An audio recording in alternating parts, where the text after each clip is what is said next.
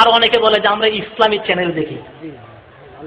এই Islamic channel ইসলামকে ধ্বংস করতেছে, বিশেষ করে বর্তমান doctor Zakir Naik.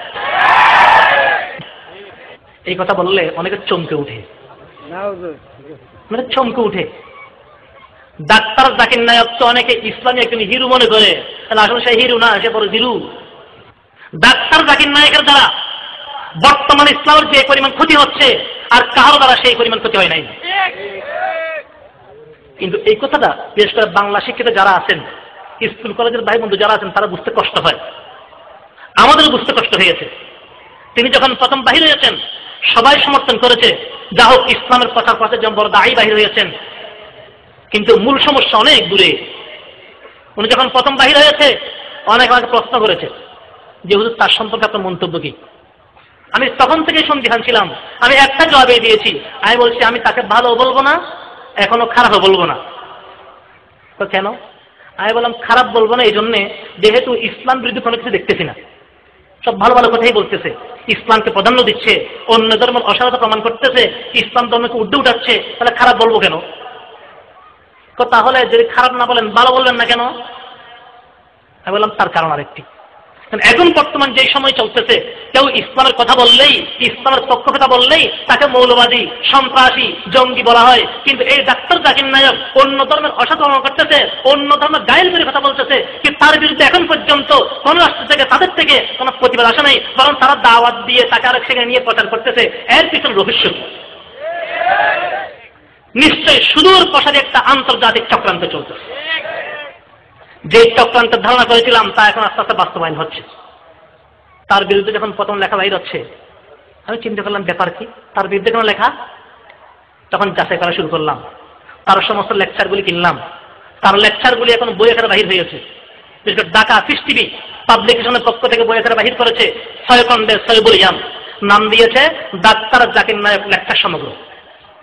Doctor Zakir Naik lecture সমগ্র। সেটা পড়া শুরু করলাম, দেখা শুরু করলাম, দেখলাম যে বাস্তবেই তো সে যে সমস্ত কথা বলেছে অনেক কথাতে ঈমানও থাকবে না। যারা তার বক্তব্য শুনছে তারা বলতে পারেন তিনি কথায় কথায় আল্লাহকে ঈশ্বর বলে না, কি ডাকে? আচ্ছা, আল্লাহকে ঈশ্বর ডাকা যায় আছে? আল্লাহর কোনো স্ত্রী আছে? আল্লাহ শব্দের কোনো স্ত্রীলিঙ্গ আছে? ঈশ্বরের ঈশ্বরী আছে না স্ত্রীলিঙ্গ? ঈশ্বরের ঈশ্বরী আছে, ভগবানের ভগবতী আছে, গডের গরিস আছে। যে সমস্ত শব্দের স্ত্রীলিঙ্গ থাকে এই ধরনের শব্দ আল্লাহর জন্য ব্যবহার করা হারাম।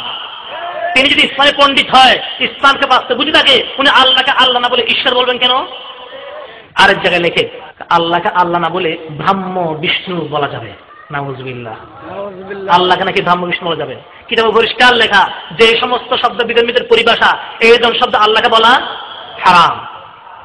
আরেক জায়গার মধ্যে লিখতেছে আল্লাহ 4জন মহিলাকে নবী বানিয়েছেন। নাউযুবিল্লাহ। নবীর একটা ভিন্ন অর্থ করছেন উনি। নবীর ভিন্ন অর্থ করে 4জন মহিলাকে নবী বলা, এটা পরিপূর্ণ ইসলামে আকীদা পরিপন্থী। আল্লাহ বা কোনো মহিলাকে নবী বানাইছেন?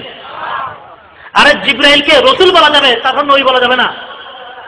নবী শব্দ বলছেন সিদ্দিক, জিবরাইল সম্পর্কে রসুল ব্যবহার হয়েছে, কিন্তু নবী ব্যবহার হয়েছে।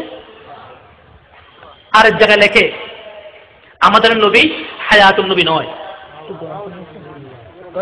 আমাদের নবী হায়াতুন নবী নয়, আমাদের নবী হায়াতুন নবী নয়। আমাদের নবী মদিনা শরীফ, রওজা শরীফ মরা না জীবিত? সন্দেহ আছে? হাদিস শরীফে আছে আল আম্বিয়াউ আহয়াউন ফিল কুবুরি ইউসাল্লুন, সমস্ত আম্বিয়া কবরে জীবিত নামাজ পড়তেছেন। আর তিনি বলেন নবী হায়াতুন নবী নয়। আল্লাহর নবীকে যদি হায়াতুন নবী মনে করা না হয় ঈমান থাকবে? আরেক জায়গায় লেখে হিন্দুদের যে রামকৃষ্ণ, রামকৃষ্ণ এরাও নবী হইতে পারে। রামকৃষ্ণ নাকি নবী ছিল। আরেক জায়গার মধ্যে লেখে কোরআন শরীফের মধ্যে জায়গায় জায়গায় ব্যাকরণগত কিছু ভুল রয়ে গেছে। আল্লাহ বলেন যালিকাল কিতাব লা রাইবা ফিহি, আর তিনি বলেন এক খ্রিস্টানের কথাকে সমর্থন করে, এক খ্রিস্টানের কথাকে সমর্থন করে তিনি বলতেছেন হ্যাঁ ব্যাকরণগত কিছু সমস্যা আছে, কিছু ভুল রয়ে গেছে। কেমন কোরআন শরীফ বুঝছেন? আরেক জায়গার মধ্যে লেখে হিন্দুদের যে বই আছে বেদ আছে না, ওই হিন্দুদের বেদ এটাও আল্লাহর বাণী, আল্লাহর কালাম হইতে পারে। নাউযুবিল্লাহ।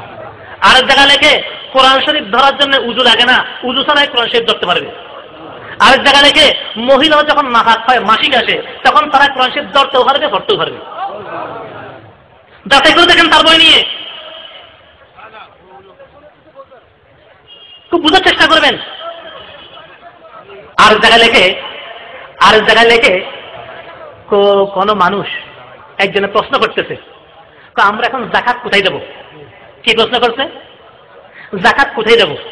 উনি বলতেছেন কেন টিভি চ্যানেলে দিয়ে দেন, টিভি চ্যানেলে যাকাত দিয়ে নাকি আদায় হয়ে যাবে। শুনেন না আপনারা, টিভি চ্যানেলে যাকাত দিয়ে নাকি আদায় হবে? কোথায় আছে মশলাটা?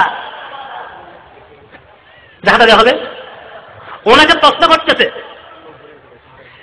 যদি কোনো ব্যক্তি স্ত্রীকে 3 তালাক দেয় তাহলে কয় তালাক হবে? উনি বলছে 3 তালাক দিলে 3 তালাক হয় না, 1 তালাক হয়। নাউযুবিল্লাহ। কত বড় একটা বিভ্রান্তিকর কথা! কেউ যদি স্ত্রীকে 3 তালাক দেয়, একসাথে 3 তালাক দেয়, 3 বার 3 তালাক দেয়, সে 3 তালাক হয়ে যাবে, এই স্ত্রী আর রাখতে পারবে না, রাখার কোনো ব্যবস্থা নেই।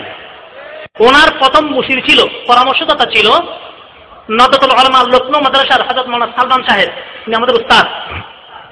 ওনার পরামর্শ চলতো।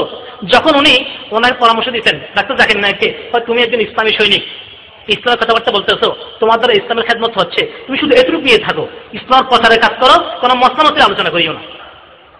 যদি এতটুকু ঠিক থাকে তাহলেও ঠিক আছে, কিন্তু সমস্যা বাদে একটা মসলামতের দিতে গিয়ে ওনাকে যখন পরামর্শ দিনে বলতেছে কেন, আমি বলতেছে বলে কি ইসলামে নাই নাকি? আরে ইসলামে আছে কিনা তুমি বুঝবে কি? তুমি ইসলামের জুজিয়াত ছোট ছোট মশলা তুমি কি বুঝবে? ডাক্তারের কাজ ডাক্তারি করা, মাস্টারের কাজ মাস্টারি করা, ইঞ্জিনিয়ারের কাজ গলে প্ল্যান করা। কোন ইঞ্জিনিয়ার যদি কোন রোগীর চিকিৎসা করে, প্রেসক্রিপশন লেখে, সেই রোগী বাঁচবে না মরবে? কোন ডাক্তার যদি ঘরের প্ল্যান করে, 10 তলা ঘরের প্ল্যান, ডাক্তার সাহেব, সেই ঘর কি 10 তলা হবে না ভেঙে পড়বে? ইসলামের দায়ী প্রচারক সবাই হতে পারবে, কিন্তু মসলা মসলি দেওয়ার জন্য, ফতোয়া দেওয়ার জন্য মুফতি লাগবে, আলেম লাগবে। সেজন্য এখন সব যে ফতোয়া দিয়েছে, দেওবন্দ থেকে ফতোয়া আসছে, আমার কাছে 12 পৃষ্ঠার লম্বা ফতোয়া উর্দুতে আছে, আমি সেটা অনুবাদ করেছি।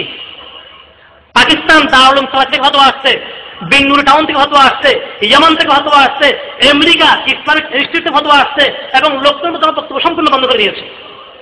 তো এই কারণে দেখেন, এগুলো আলোচনা করে দেখেন, দেশের ওলামায়ে কেরাম, আমার যুবক ভাইরা, স্কুল কলেজের ভাই বন্ধুরা যাচাই করে দেখেন, ঢাকা থেকে এটা বাহির হয়েছে। মুফতি মিজান সাহেব লিখেছেন কোন কারণে ভুল করেছেন, আল্লামা নুরুল ইসলাম আলী সাহেব কিভাবে লিখেছেন, সেগুলো যাচাই করে দেখেন।